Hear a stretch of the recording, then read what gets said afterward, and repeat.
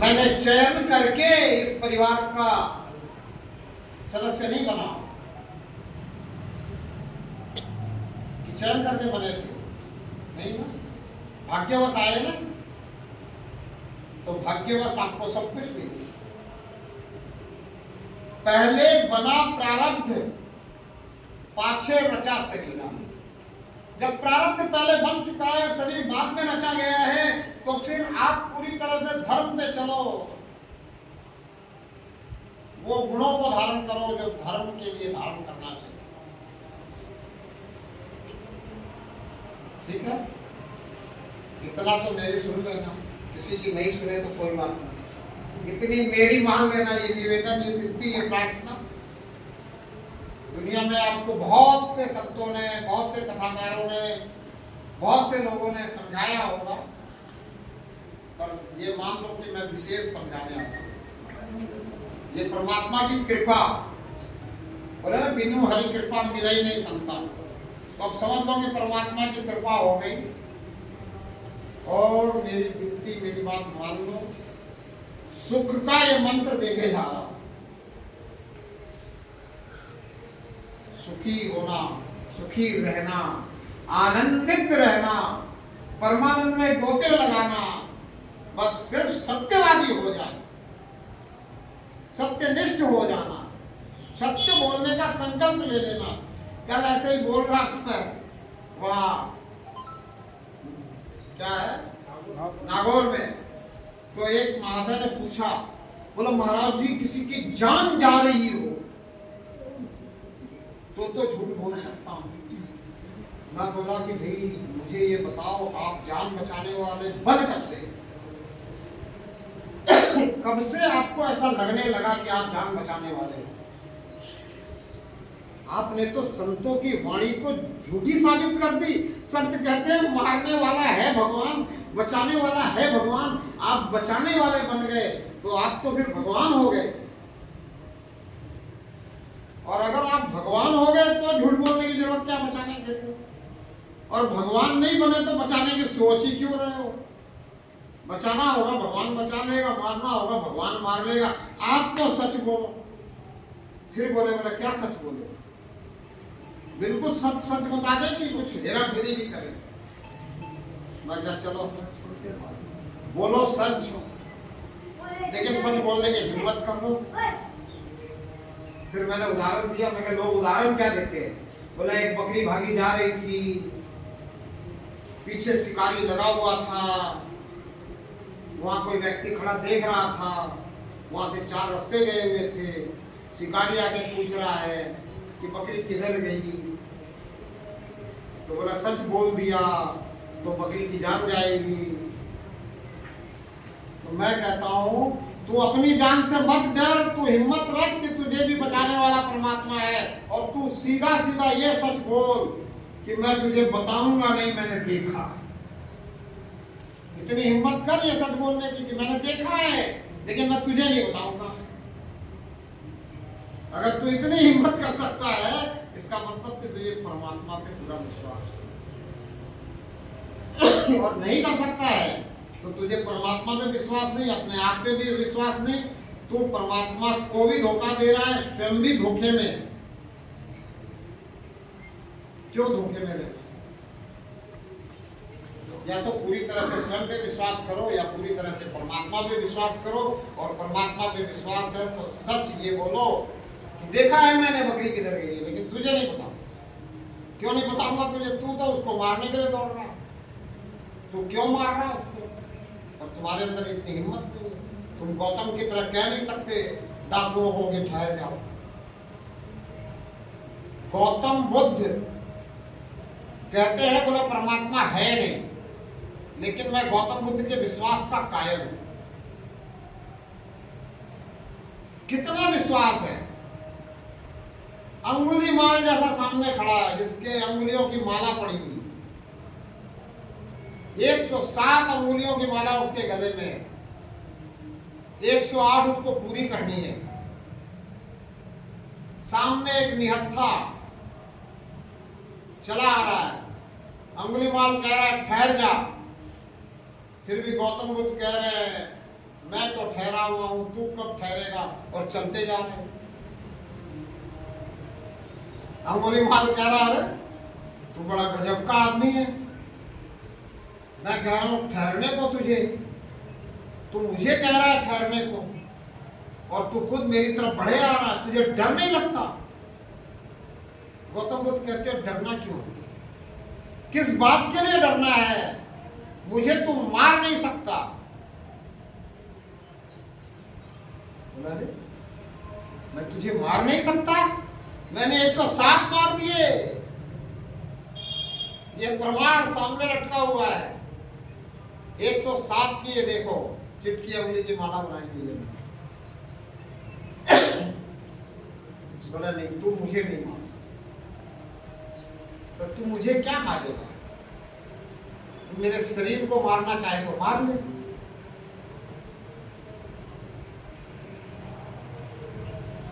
अंगुलीमाल को बात समझ में आई, लगी कि मैं कर क्या रहा हूं, मैं किसको मारता हूं, मैं शरीरों को ही काट रहा हूं। शरीर के अंदर जो चेतन है इसको तो मैं समझ ही नहीं पा रहा, कल को मुझे भी मरना है। बातें और भी उनके साथ हुई होगी, पर सारी बातें मैं आपसे अगर सोच सोच करके कहने लग जाऊं, मैं कल्पना में खो जाऊं, तो आपका समय निकल जाएगा। बात इतनी है कि अंगुलीमाल जैसा भी समझने को तैयार हो गया, समझ गया, और समझ करके वो अपने कार्य से रुक गया, अधर्म से धर्म की ओर चल पड़ा। तो अगर हम भी कोशिश करें तो हम भी इन अधर्मियों को वापस धर्म पर ला सकते हैं, नहीं ला सकते, लेकिन कोशिश कौन करे, हमें करना पड़ेगा। हर व्यक्ति कोशिश करे, और इस कोशिश की शुरुआत अपने परिवार से करे, जो मैंने बताया है 24 मिनट। और ये ठहर शब्द के ऊपर मुझे एक बात और याद आ गई, जो मैं अब तक पहुंचा दूं। महात्मा ने ऐसे हाथ किया, बताने वालों ने आपको बताया कि आशीर्वाद मिल रहा है, क्या बोला, आशीर्वाद मिल रहा है। लेकिन सिर्फ गौतम बुद्ध इस बात को समझ पाए कि संत कहते हैं ठहर जा, तो कब ठहरेगा, संत आशीर्वाद नहीं दे रहे, संत किसी को आशीर्वाद देते नहीं है। आजकल के देते हो, धंधा करते हो, बात अलग है, पर हमारे जो आज भी अच्छे संत हैं वो किसी को आशीर्वाद नहीं देते। वो तो कहते हैं कि जो कुछ तुझे मिलना है तेरे कर्मों से मिलना है, तेरे भाव से मिलना है, तेरी नीयत से मिलना है, तेरे सोच से मिलना है।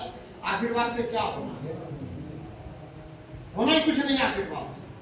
और ये जो सिंबल है ये आशीर्वाद का नहीं है, ये सिंबल है ठहराव का।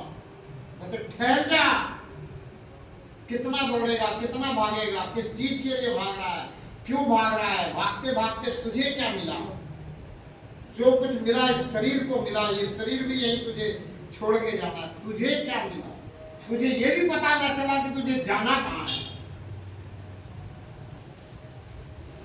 तुझे अगर ये पता भी चला कि तुझे जाना कहाँ चाहिए, तो तू देख नहीं पाया जहां तुझे जाना चाहिए, इसको पहचान नहीं पाया। और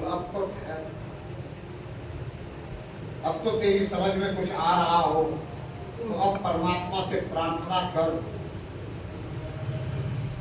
कि प्रभु मुझे अपनी शरण में ले लो। अब मैं कहता हूँ शरण में ले लो, शरण में मैं आ गया हूँ नहीं, क्योंकि मैं परमात्मा की शरण में जा ही नहीं सकता। जा सकता हूँ क्या परमात्मा की शरण में? कोई जा सकता है? नहीं जा सकता। परमात्मा अगर चाहे कृपा करे तो शरण में ले ले, इसलिए परमात्मा से प्रार्थना करो कि शरण में ले। शरीर छोड़ देगा ठीक जाएगा तुझे। शरीर छोड़ करके जब आत्मा निकलती है तो गीता में क्लियर बता दिया कृष्ण जी ने कि एक शरीर को छोड़ के दूसरे शरीर में जाती है, अगर परमात्मा को नहीं पहचानती है इस शरीर में रहते हुए। इसलिए अर्जुन को दिव्य दृष्टि दी, बोले तुम पहचान लो, ये है परमात्मा। अब लोगों ने वहां कुछ भी अर्थ कर रखा हो, लेकिन बात यही है कि अर्जुन को बताने वाला तू परमात्मा को पहचान ले और तू इसके ध्यान में रहना हमेशा। ये तुझे ध्यान में रहेगा। क्यों? क्योंकि तू परमात्मा को मानने वाला है, तू परमात्मा में विश्वास करने वाला है। और जिस समय अर्जुन को दिव्य दृष्टि दी, अर्जुन ने कभी नहीं कहा कि प्रभु आपको प्रणाम। कहा क्या? कृष्ण जी को कहा क्या कि आपको प्रणाम? नहीं कहा। क्या कह रहा है? बोला आपके 10 दिशाओं को प्रणाम, आपके ऊपर को प्रणाम, नीचे को प्रणाम, आगे को प्रणाम, पीछे को प्रणाम, दाएं को प्रणाम, बाएं को प्रणाम, आपके 10 दिशाओं को मैं प्रणाम करता हूं। इसका मतलब ये हुआ कि कृष्ण के चारों तरफ परमात्मा दिखाई दे रहा था अर्जुन को। कृष्ण परमात्मा नहीं दिखाई दे रहा था। ये बहुत गहरी बात है, समझना इसको, अन्यथा नहीं लेना। क्योंकि कुछ लोग अन्यथा ले बैठते हैं। कुछ लोग कहते हैं कृष्ण ने तो स्वयं को परमात्मा कहा।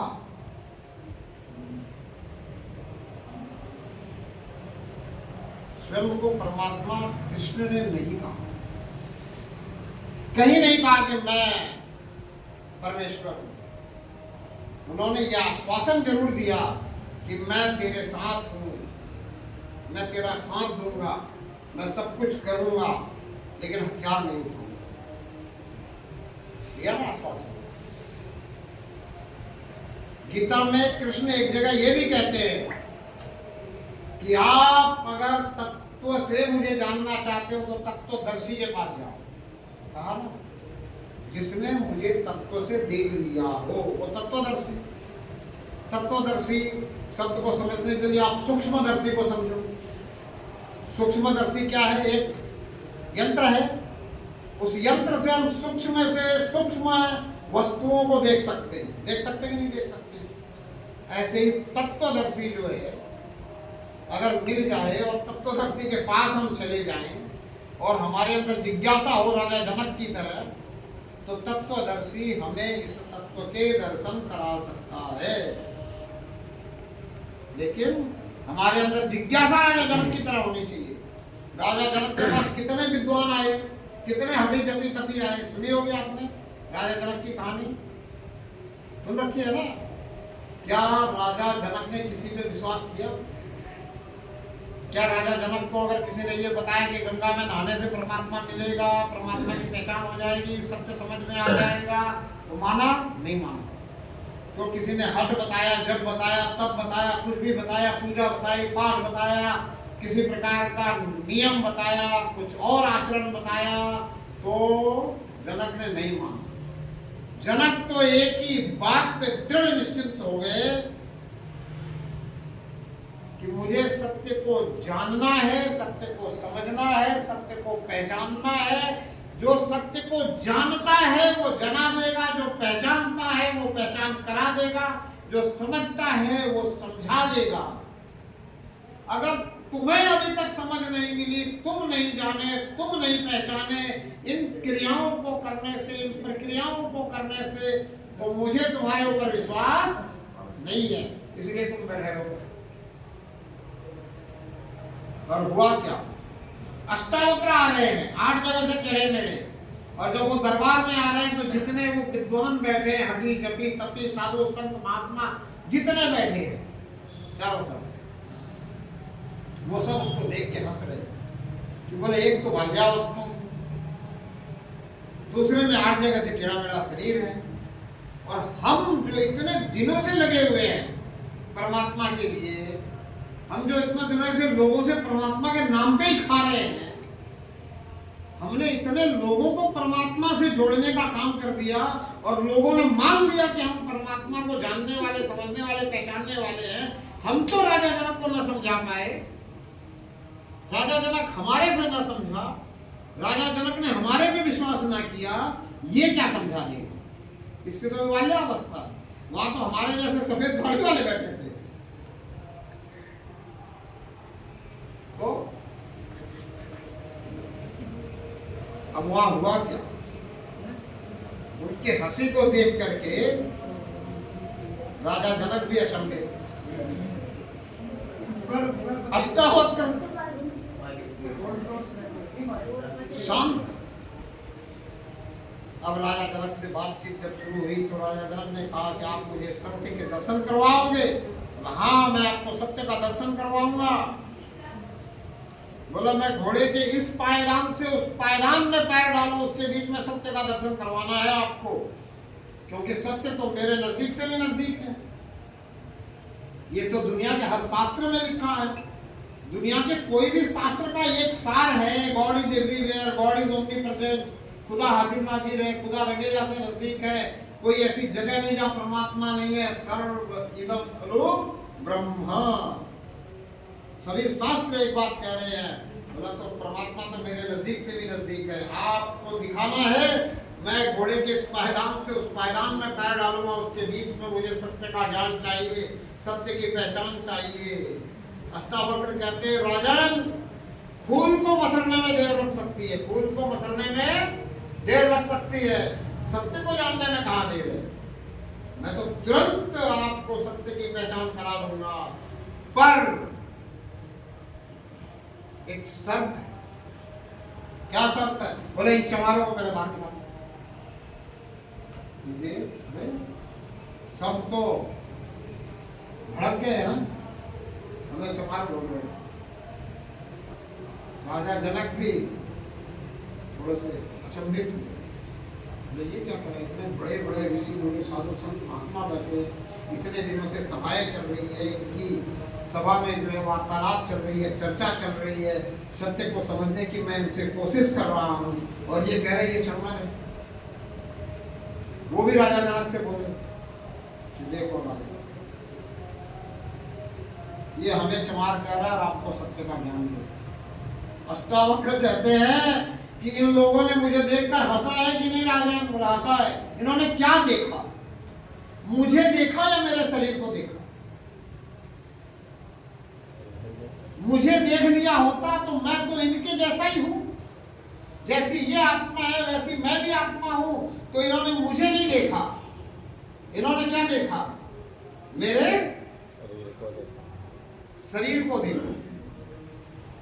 यानी कि ये हाड़ मांस और चमड़े का ज्ञान रखते हैं, इनको हाड़ मांस और चमड़े की जानकारी है, और मेरा ये हाड़ मांस और चमड़ा 8 जगह से मुड़ा हुआ, इसलिए ये हंस रहे हैं। तो जिसको हाड़ मांस और चमड़े की जानकारी हो उसी को तो चमार कहते हैं। राजा जनक मान गए, और राजा है, जिज्ञासु है,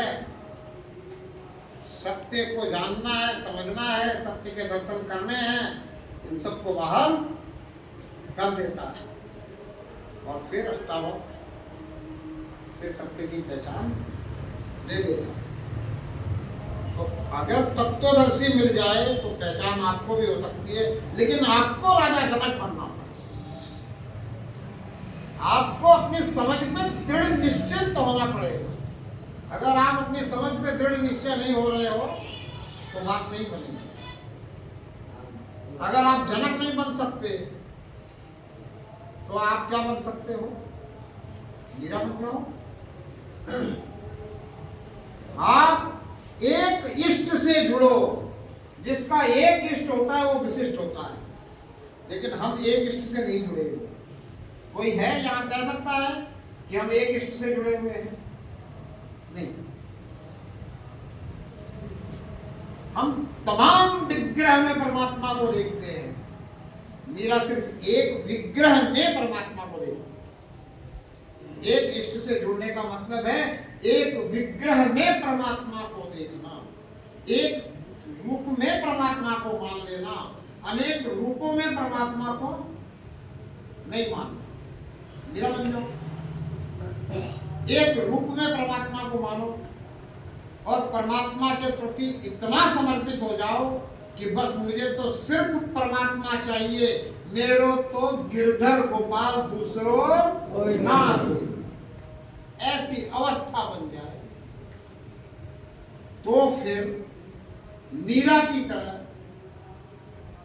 आपके ऊपर पड़ने वाली सबसे बड़ी विपत्ति के समय परमात्मा उसी इष्ट के रूप में आपको दर्शन देकर आपका कल्याणार्थ जो भी है वो आपको बता देंगे। जैसे मीरा को सबसे अंत में दूध के प्याले में जहर दिया गया। आप तो जानते ही हो, आप राजस्थान के रहने वाले हो, यहाँ मीराबाई की कथा होती रहती है, सुनते रहते हो, देख भी रहे हो, टीवी वगैरह में भी आई है ना। तो दूध के प्याले में जहर है। अब मीरा कहती है अपने इष्ट से कि प्रभु, इस दूध के प्याले में जहर है, इसको पीने के बाद मेरा शरीर तो गड़बड़ होना ही होना है। अब मैं चाहती हूं कि इसको पीते ही मुझे शरीर से निकाल करके मुक्ति प्रदान कर दे। इस शरीर के अंदर रह करके इस जहर के द्वारा उत्पन्न हलचल को मैं सहन करना नहीं चाहती। अब मुझे इस शरीर से निकाल और मुक्ति दे दे। उस समय परमात्मा कृष्ण रूप में प्याले में दर्शन देते हैं और दर्शन दे करके कहते हैं मीरा से कि तू मुझे तत्व रूप से जानने के लिए संत रविदास के पास चले जा, वहां जाकर के मेरे तत्व स्वरूप को जान ले, समझ ले, तभी तुझे जन्म मरण से मुक्ति मिल सकती है, आवागमन से मुक्ति मिल सकती है। जन्म मरण का जो सबसे बड़ा दुख है, इस दुख से तेरा निवारण हो सकता है, इस दुख से तुझे मुक्ति मिल सकती है। और इस दूध को तू पी ले, इसके जहर का पान तो मैंने कर लिया। मीरा उस दूध को पीती है और मीरा को कुछ नहीं होता है और मीरा संत रविदास के पास जाती है। और संत रविदास के पास जाने के बाद जो घटना घटती है उसको आप बड़े ध्यान से सुनना, क्योंकि उस घटना को मैं जिस तरह से देख रहा हूं उस तरह से किसी और ने आपको सुनाया नहीं होगा, समझाया नहीं होगा। और अगर मैं गलत हूं तो आप मुझे जरूर टोकना, रोकना और मुझसे पूछना। वहां मीरा जाती है संत रविदास जी के पास, और संत रविदास जी से जब उसको तत्व ज्ञान होता है तो मीरा क्या गाती है? बोलो, आपको सबको याद होगा। गाओ जरा मीरा का वो भजन जो मीरा उस समय गाती है जब संत रविदास से इस परमपिता परमात्मा का तत्व ज्ञान मीरा को हो जाता है। क्या गाती है? पायो जी पायो मैंने राम रतन धन पायो जी,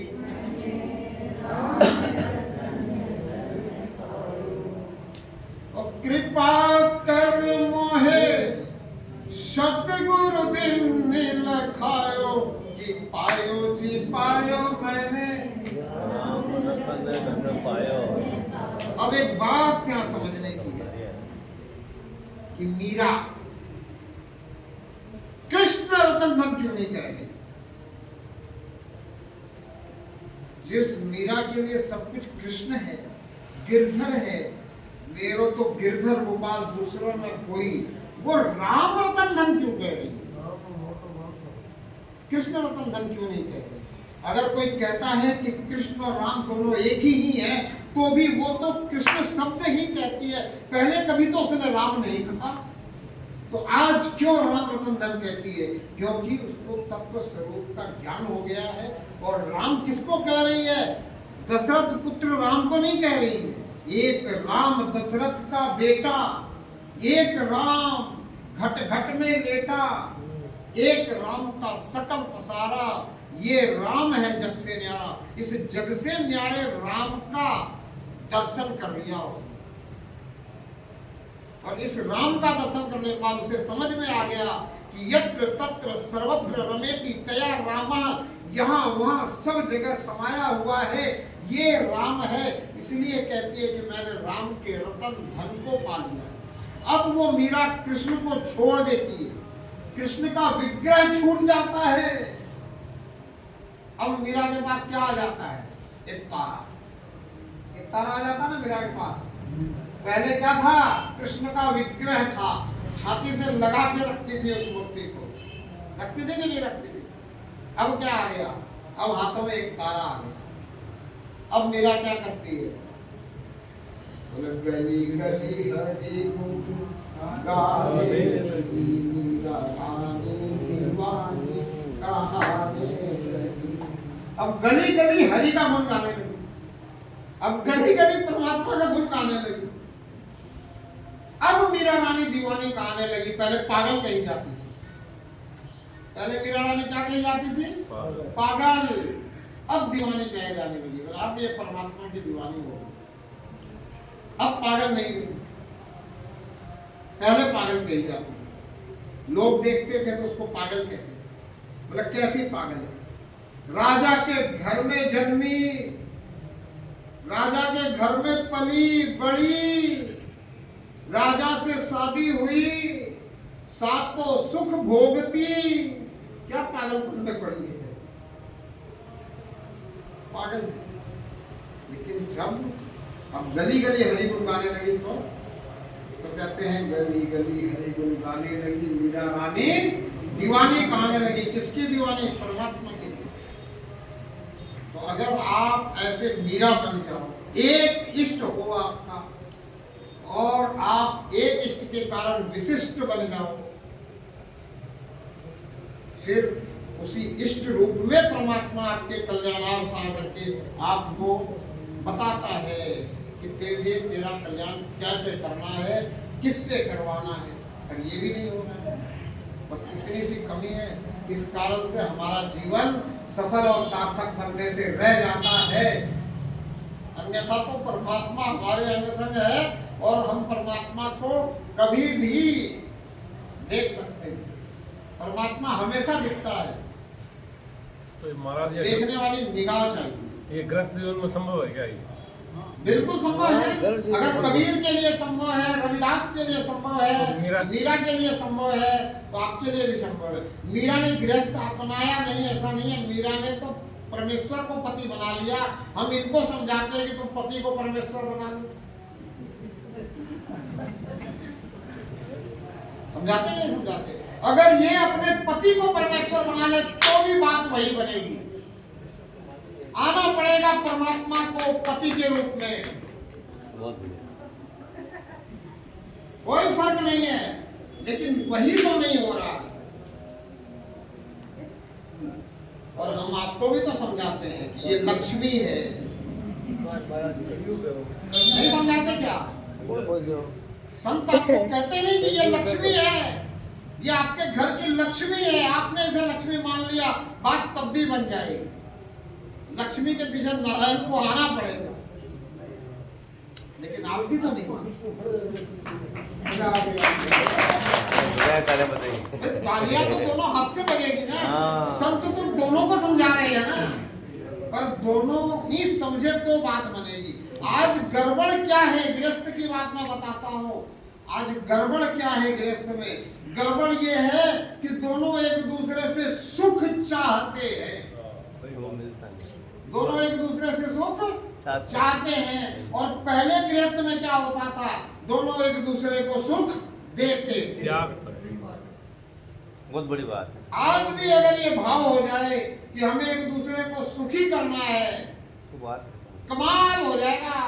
क्या बात है, बहुत बढ़िया, बहुत बढ़िया, बहुत बढ़िया। लेकिन आज हम ये सोच रहे हैं कि हम दोनों को एक दूसरे से सुख लेना, वो खींचातानी हो रही। सुख देना नहीं, सुख देने वाली बात है। हमारी भारतीय सनातन संस्कृति सभ्यता दूसरों को सुख देने वाली सभ्यता संस्कृति है। हम कहते हैं सेवा ही धर्म है। हम एक दूसरे की सेवा को स्वीकार कर ले तो फिर ये गृहस्थ आश्रम दुनिया का सबसे उत्तम आश्रम है। और इस आश्रम में जो हो जाए वो बाहर नहीं हो सकता। इसमें आपको किसी बात की चिंता तो नहीं रहती। चिंता रहती है, टांग खिंचाई की। वो तो आज के समय में है। जब आप आज गृहस्थ आश्रम में थोड़ी हो। आज आप गृहस्थ आश्रम में नहीं हो, आज आपका परिवार नहीं है। हाँ, ये बात। आज आप गृहस्थ आश्रम में नहीं हो, आज आपका परिवार नहीं है। आज तो मजबूरी का सामंजस्य है, मजबूरी है। हमारी ये माताएं, माता श्री हमारी भी माता थी, कभी कभी भड़कती थी तो पिता इसे कहती थी, बोले इन बच्चों के कारण मैं रह रही अब्बा यार तो कब की चली जाती। मैं अपनी माता जी को कहता था, मैं कहता हूँ मैं ही चला जाता हूँ, मेरे दोनों भाई जाए ना जाए, मेरे कारण तू यहाँ क्यों रहे, तू भी चली जा, मेरे कारण ना रहे। इसलिए मैं पहली बार तो यही बोल के निकला, फिर ढूंढना मिल गया, फिर उसके बाद मेरी माता जी ने ये बोलना बंद कर दिया। वास्तव में निकल गए घर से हाँ मैं निकल गया था। तो यार ये झंझट स्टेट में मुझे तो पहले से ही परमात्मा की थोड़ी सी हुड़क थी 7 साल की उम्र में। अब मुझे बात मिली तो मैं कहा इस बहाने से निकलो, चलो मैं चला गया। वो सोची बोला ऐसे बोल के जा रहा हूँ, कहाँ जाएगा, फिर आ जाएगा। मैं चला गया, 3 दिन नहीं आया तो चौथे दिन जो है पहुँच गए, मुझे पकड़ के ले आए। पता किया बोले गया कहाँ होगा, तो सबको पता था जाएगा तो कहाँ जाएगा, पराशर मुनि जी के आश्रम में गया होगा, देखा नजदीक पड़ता है, या फिर वहाँ चला गया होगा देवराव बाबा के पास में, मतलब वही हम लोग जाते हैं। ले आए ढूंढना मुझे, और मैं उन दोनों जगह में से कहीं भी नहीं गया था। मुझे पता था कि इन दोनों जगह तो ये सबसे पहले पहुँचे, मैं तीसरी जगह पहुँचा। एक माता जी के मंदिर में एक संत रहते थे, उनके पास पहुँच गया। मैं कहा इनसे पता करते हैं कि माता जी ने क्या दे रखा है, माता जी ने इनको क्या दे रखा है। पता चला वहाँ से लेके आ, मतलब दुर्गा मंदिर में भेड़ हो गया। माताओं से एक निवेदन कि आपको घर बनाना है। आजकल व्हाट्सएप यूनिवर्सिटी चल रही है, बिल्कुल तेज गति उसमें आप पढ़ते हो, मैंने भी पढ़ा व्हाट्सएप यूनिवर्सिटी में। मतलब पुरुष मकान देता है, माताएं उसको घर बनाती हैं, पर मैं निवेदन करता हूँ कि घर ना बनाओ, उसको मंदिर बनाओ, उसको स्वर्ग बनाओ। ये आपके हाथ में है, आप बना सकते हो, और आपके हाथ में है कि आप मकान दो मत, आप स्वर्ग ही दो कि उनको बनाना ना पड़े। आप कहो कि हम तो जीते जी स्वर्गवासी हैं। सही बात नहीं सही है स्वर्गवासी है भाई। हम अगर स्वर्ग में रह रहे हैं तो स्वर्गवासी है। मैं तो सभी धनाढ्यों से कहता हूँ, मैं स्वर्ग में आपको क्या मिलेगा, स्वर्ग में आपको क्या मिलेगा, कौन सी व्यवस्था मिलेगी। स्वर्ग में आपका शरीर रहेगा नहीं, आप यहाँ शरीर में हो, शरीर के लिए सारी व्यवस्थाएं आपको मिल रही है, आप अभी स्वर्ग में हो। वहाँ तो डिसिप्लिन है। स्वर्ग नरक सब धरती पर है, स्वर्ग नरक सब धरती पर है, कहीं और नहीं है। बहुत अनुभव अनुभव लिए गुरुदेव आपके, बहुत अनुभव लिया। अनुभव की बात ही करने के लिए मैंने 89 से लेकर 2015 तक कुछ नहीं बोला। 2015 से फेसबुक पर लिखना शुरू किया, बोलना नहीं। फिर 2017 में मैंने अपना नाम डाला कि कहीं मौका मिले तो बोलूँ। 2016-17 में जब मैं किसी स्टेज पे जाता था तो मुझे ऐसी बातें बोलने नहीं आती थी, मुझे सिर्फ पाखंड निर्मूलन का काम आता था। मैं स्टेज से उतार दिया जाता था। मैं एक बार एक स्टेज पे गया, वहाँ जो है आयोजक जो थे उन्होंने मुझे बुला लिया, तो ठीक है संत बेस में बुलाओ, महाराज जी कुछ बोलना चाहते हो, बोलना चाहते हो। माइक लिया, माइक लेकर के मैंने बोलना शुरू किया। तो मैंने सबसे पहले यही बोला, मैं कि परमात्मा रिश्वतखोर और भ्रष्टाचारी नहीं है। सही बोला तो आपने। परमात्मा के लिए कुछ भी चढ़ाने की जरूरत नहीं है, परमात्मा को कुछ भी देना बंद कर दो। लेकिन वो तो नहीं बोला ना कि पुजारी को देना शुरू कर दो, वो तो बोलना नहीं आता, तो बाद में सीखा हो। वहाँ के जो आयोजक थे उन्होंने बोला, अरे इसको बुलाया किसने, पकड़ो पकड़ो, किसने बुलाया, क्या बोल रहे हैं। वो अरे आपने बुलाया, अरे महाराज माइक बंद कर दो महाराज, महाराज बैठ जाओ। अरे मैं तो पूरी बात तो सुनो, पूरी बात सुने भी नहीं। अब आपने तो पूरी बात सुनी कि भाई पुजारी को देना चाहिए, बोलने ही नहीं थी। तो ऐसा भी हुआ हमारे साथ में, कई जगह हुआ। एक जगह गया मैं, तो उन्होंने कहा कि महाराज जी आप बोलना चाहोगे, बोला हाँ जी बोलना चाहेंगे। अब उनका परीक्षा लेने का ढंग अलग। उन्होंने मुझे माइक पकड़ा दिया और बोला, महाराज जी ये जो लोग बैठे हैं इनको बोलो थोड़ा थोड़ा सा आगे सरकने के लिए। देखें वो ये देखना चाहते हैं वो बोलता कैसे। अब जब मैंने बोला कि हाथ जोड़ के आपसे ये निवेदन है कि कृपा करके आप थोड़ा थोड़ा आगे सरक करके बैठिए ताकि पीछे से आने वालों को आगे आकर के नहीं बैठना पड़े, वो पीछे ही स्थान ग्रहण कर ले, जिससे आपको किसी तरह की जो है सुनने में असुविधा ना हो। तब जाकर के उन्होंने मुझे माइक दिया। अब जब माइक दिया तो फिर उस समय तक मैं बोलना सीख चुका था, तो मैंने भी वहाँ के माहौल के हिसाब से ही बात करनी शुरू की। हाँ वही सही। लेकिन माहौल के हिसाब से बात करते हुए भी मैं ध्यान रखता हूँ कि मेरी बात लोगों तक जरूर पहुँचे, सही बात। कि वे सीधा परमात्मा से जुड़ो। और परमात्मा जो है ये देने वाला है, लेने वाला नहीं है, इसलिए परमात्मा को देना बंद करो, परमात्मा से लेना शुरू करो। और परमात्मा से लेने वाली चीज आंखें हैं, वो आंखें ले लो अंदर की, जिससे परमात्मा दिखे। बाकी चीजें तो आपको अपने कर्मों से मिलेगी। अब यहाँ के जो आयोजक है ये भी कह रहे हैं जल्दी छोड़ो, करो। ये आयोजक आपसे इन्हीं निवेदन के साथ जो मैंने निवेदन किया है इनको अगर आप ध्यान में रखेंगे और अपने जीवन में उतारेंगे, अपनी वाणी को विश्राम देता हूँ। एक बार जयकारा लगाएंगे। परमपिता परमात्मा की जय। परमपिता परमात्मा की जय।